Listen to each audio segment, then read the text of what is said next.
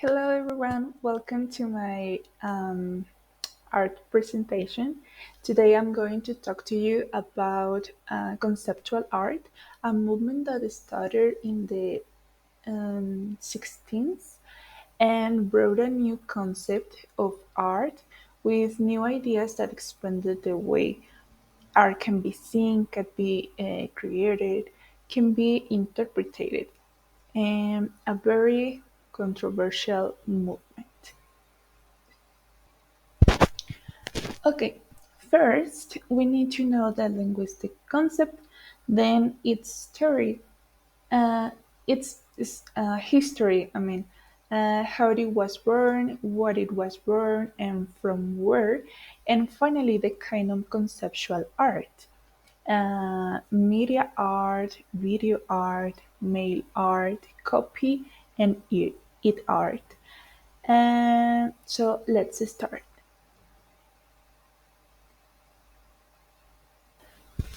Also known as conceptualism, conceptual art is an artistic movement that suggests that the concepts and ideas behind a work carry more weight than the word itself. In other words, the meaning that the artist wants to give is what is important, neither the beauty, the technique, the palette, or even the shape, the dimensions, or the material that make up the piece. In fact, conceptual art is not limited exclusively to the field of painting or sculpture. It also encompasses music, visual arts, and performances. For example, we have I Like America and American Likes Me. It is a performance that made Joseph Beuys in Germany in 1974, and this work is considered a reflection of the cultural and political relationships between the United States and Latin America, as well as a critique of American capitalism and um, imperialism. Yes. And during the performance, boys interact with a coyote, a symbol animal in Native American culture and European mythology. Boyce wrapped himself in a felt blanket, a material that he associated with protection and human warmth, and carry out several actions while inside a cage with a coyote. In this moment, the work may contain a social, political, economic protest message, and it is the viewer's task to receive and digest it. In this way, conceptual art also involves a dialogue between the artist and his or her audience. We have another example that is Rhythm by Marina Abramovic. She she she stood still for 6 hours in an art gallery next to a table with 72 objects that could be used benignly or violently, including uh, feathers, roses, scissors, a knife, and a gun. The audience had complete the freedom to interact with the artist in whatever way they choose using the objects.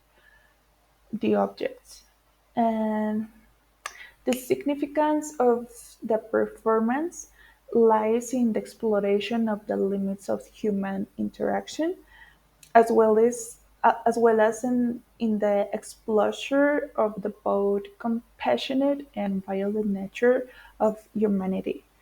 When given absolute power over another individual. In short, this movement stated that it was possible to create works of art without creating aesthetic objects and without paying attention to architect to technique. I'm sorry, technique, harmony, or beauty. It invited more reflection and awarenesses than simple contemplation. Then we have the origin of conceptual art, and um, I'm sorry. um, Before before the concept art, we had the impressionism. The impressionism mm, was very common because it had a lot of paint um, settings of everyday life or simple landscapes. And the Impressionism sought to capture light with short, quick brush strokes in pure tones, making them merge into vibrant colors. So, as a countercultural movement, conceptual art emerges at the end of the 60s, um, which was intended to respond to the rigidity of techniques and standards within art. This movement wanted to give a meaning beyond the visual.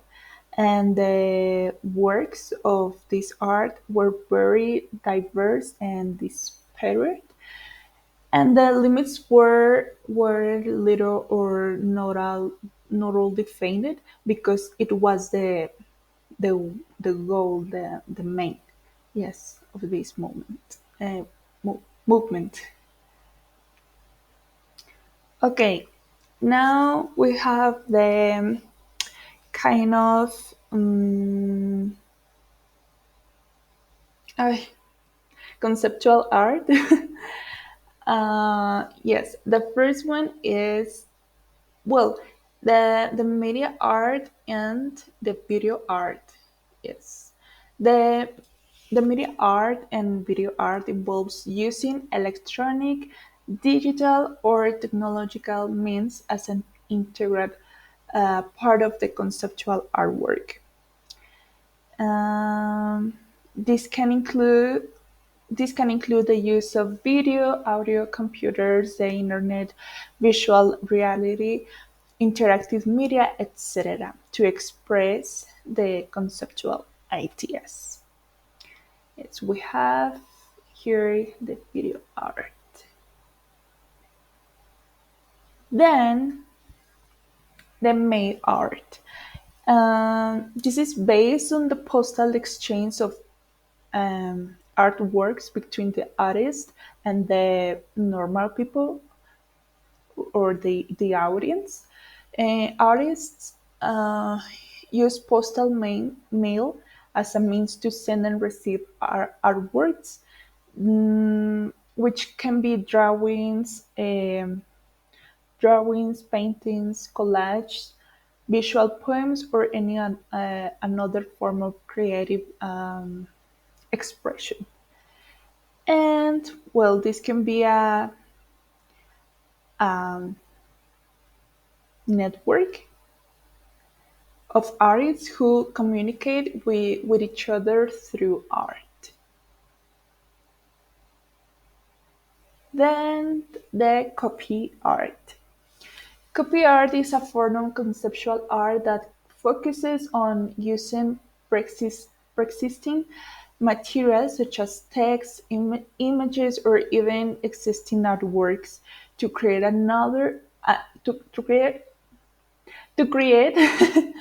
new compositions with a different meaning or to question for concepts of originality and intellectual property.